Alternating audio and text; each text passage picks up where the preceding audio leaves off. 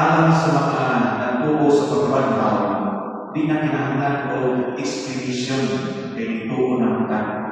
Apan katong wala nagtuo sa pagbanhaw, why expedition na mahimo kay di man yun magtuo. O gagato lamang na mga prueba sa pagbanhaw sa Ginoo mao ang mga hisulan niya sa daang kasulatan. Tingon man ang mga eksperyensya, kasinatian sa mga tinitan, sa mga sumusunod ng mga magtutuo o sa mga unang mga Kristiyanos may tungkol sa ilang kinabuhi sa nabanhaw ng Isus. O kung ka na ang pasihanan na ako sa simbahan.